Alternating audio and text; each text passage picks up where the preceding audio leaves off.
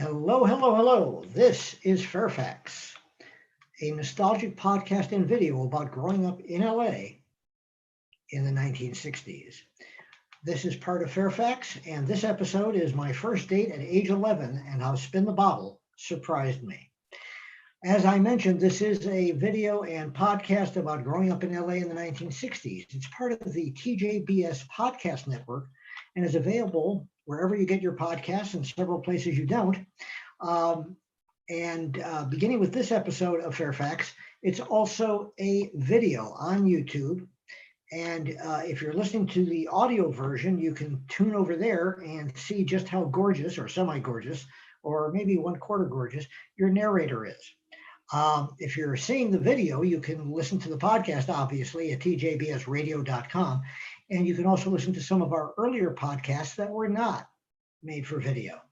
And also at tjbsradio.com, you'll also find some of the other podcasts we do on our network, as well as we also have other hosts as well. Again, same location on YouTube, TJBS Radio, and on the audio part of it, tjbsradio.com. It's a website, obviously. And later on, I'll tell you how to solve some mysteries at another website. Earlier this week, as this is written, I heard a semi-famous political person who's never been an office holder, and most of you would never have heard of him, talk about how he still sees himself as the jackass he was in high school. It resurfaced my realization that I sometimes still think of myself as I was in elementary school and junior high. In various parts of the country, those are referred to as grammar school and middle school. I was kind of a nerd before that was a word or even a concept. By the way, if you're watching the video, you'll notice me dropping my eyes to the sheet in front of me that you can't see in the picture. That's because I wrote this, but I wanted to make sure to put everything in that I thought of, so I will be looking at my notes, okay? In any event, as I said, I was kind of a nerd even then, and I was pretty good in school. That's one of the reasons I was thought of in that general way. And I also was fairly well thought of for having something of a sense of humor. I had friends, we did stuff together, but one of the things I did almost nothing of in those days was sports. And there was an easy explanation for that. I was short, I was fat, and I wore glasses. I was good in math and history and English, but terrible at geography, which I still am. By the way, when I say I was wearing glasses, I was wearing what would later become known as birth control glasses, and I'll let you figure out why they were called that. Anyway, something happened to me at age 11, which I don't think most of my friends at that age, at that time, experienced.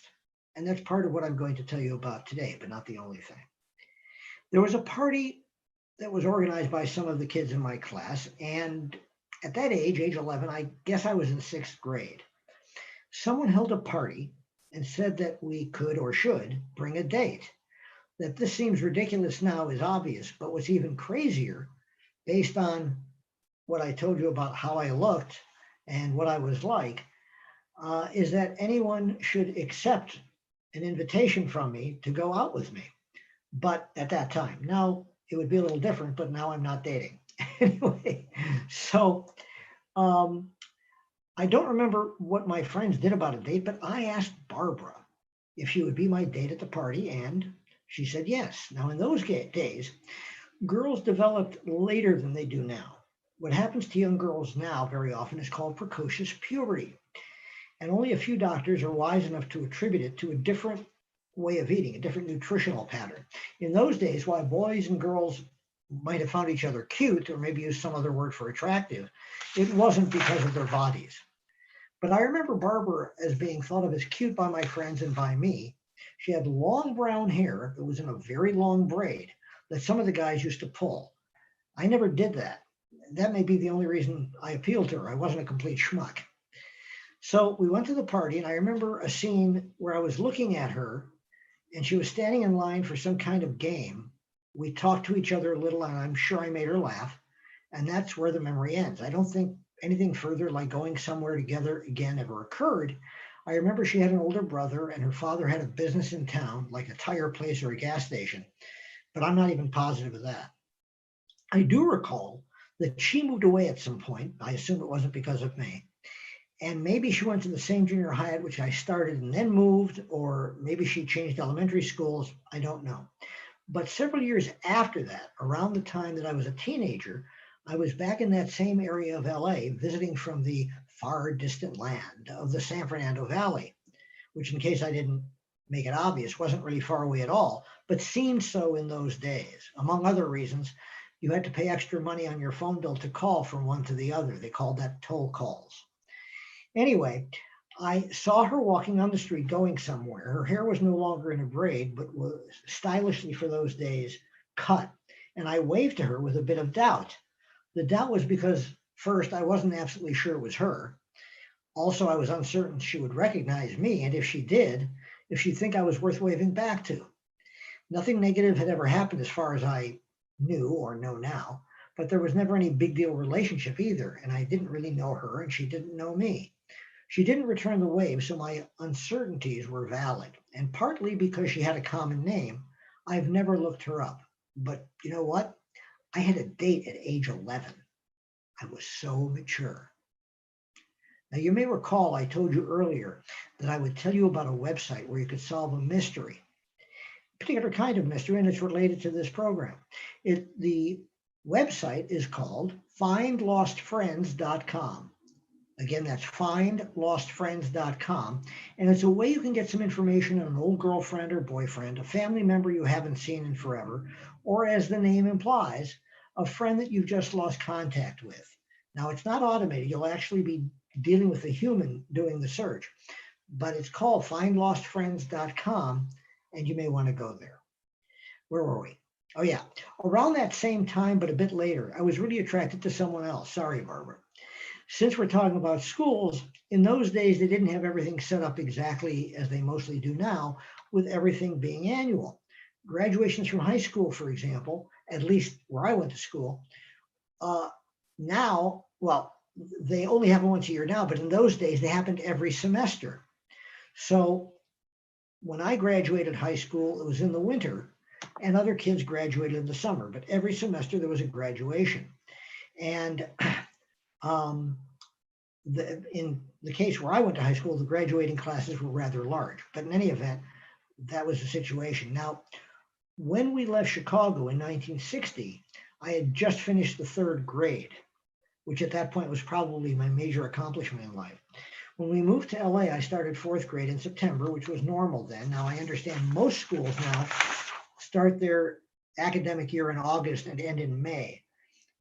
You may not realize why, but the reason has to do with saving money on air conditioning in June when it's warmer than it is in May, but I digress. Had I stayed in Chicago, I'd have entered 4B. In LA, they had the opposite method of numbering, so it was B4, and the following semester was A4 and so on. But when I was in B5, I had a best friend and rival, and his name was Steve. He was a rival for two reasons. First, he had come from New York as I had come from Chicago, and he was very bright, very intelligent guy. In fact, I later found out he'd become a physician. So he and I often competed for attention intellectually. In part, that's because we were, as I say, both fairly bright kids. But the other reason is we looked even smarter because the school systems we came from were far ahead of that run by the LA City schools. It's just one example. When we were in fourth grade, we were just learning the times tables, the multiplication tables, which in Chicago we had learned in second grade. That's how different it was. So if I could multiply 3 times 3 faster than you could, I looked smarter than you were, even though I had had the training and you hadn't. Okay, that was just silly. But anyway, more germane to this story is that he and I, Steve and I, were both attracted to the same girl. Her name was Susan. In looking back at this part of my childhood, I really fully recognize that what I'm about to say paints me as being idiotic, but here goes. Around a third of the way through that first semester of fifth grade, it was fairly obvious that Steve was going to be skipped or double promoted at the end of that semester and would go from B5 to B6, skipping the second half of fifth grade. Susan was a semester ahead of us. I've always been attracted to older women, of course. And that would give Steve, I thought, an advantage over me because then he would be in the same semester as she would, the first semester of sixth grade. So I actually did something that I wouldn't have wanted to do for any other reason. I actually made an effort in school, which I had seldom done to that point. I studied for tests, I prepared for what we were going to do in math, and I seriously competed. And after a short time, my grades equaled Steve's. And as you probably guessed, we were given all the tests, the achievement, IQ test, and the whole thing. And we both skipped the following semester. But that's only part of the story. Neither of us had any real quote unquote romance or date with Susan. I know I didn't, and I'm virtually positive he didn't either. Now remember, we were 11 years old. Not much was going to happen anyway. However, sometime later in the sixth grade, I was invited to a get together. Steve wasn't there, by the way. I was invited to a get together in the backyard of the apartment building occupied by my friend Abe and some other friends of his that I'd met through him. One of the people there was Susan, and someone brought out an empty Coke bottle. In those days, by the way, they were made of glass. They announced that they were going to play Spin the Bottle. Now, I assume everyone listening to this knows it's kind of a kid's kissing game. And I won't explain it to you any further because it would be really boring. And if you're still with me, I don't want to lose you quite yet. So we got into a circle, and fairly early on, it was Susan's turn to spin the bottle. And by now you've guessed it landed on moi. Perhaps you're expecting me to tell you now that she ran into my arms saying that she'd been hoping and praying for this result and gave me a major smooch. And that started us on the path leading to where we are now with 6 children in a home in Beverly Hills. And that simply put did not happen. Instead, and I'm really not kidding, she put her hand in front of her face, gave a scream, and ran off. I don't remember exactly what I did at that point, but I do recall feeling humiliated. And at the risk of stating the obvious, it no longer matters. And for a long time, whenever I thought of the incident I'm telling you now, it was more amusing than anything else. Now, I don't think it ever mattered in any other part of my life, at least not consciously.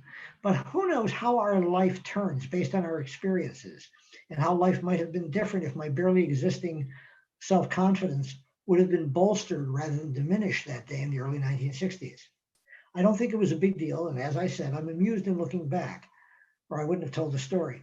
My self-confidence isn't affected by it now, but after all is said and done, I do remember it. You know, you'd be doing me a big favor if you went to Amazon.com and at least looked up our latest book in the book section, not in the cover all section, in the book section. It's called You've Been Served. And the reason I'm saying look in the book section is because if you just look in where it says all products on Amazon, you'll get a bunch of episodes of an English TV series with a similar name. But if you go to books and put in You've Been Served, you'll find my book. It's about process serving, and of course, I think it's pretty good, but I don't pretend to be impartial. You can also find 2 other books that we've written, The Mobile Millionaire and Bobby's Been Shot, the latter of which is a novel. You've Been Served is the latest book, however, and I think you might find it interesting. So thank you. And join us next time if you would, and check out our other videos and audio podcasts. YouTube for the TJBS Radio channel. Again, that's TJBS Radio. And tjbsradio.com for our podcasts. Thank you, and please, until next time, be kind to each other.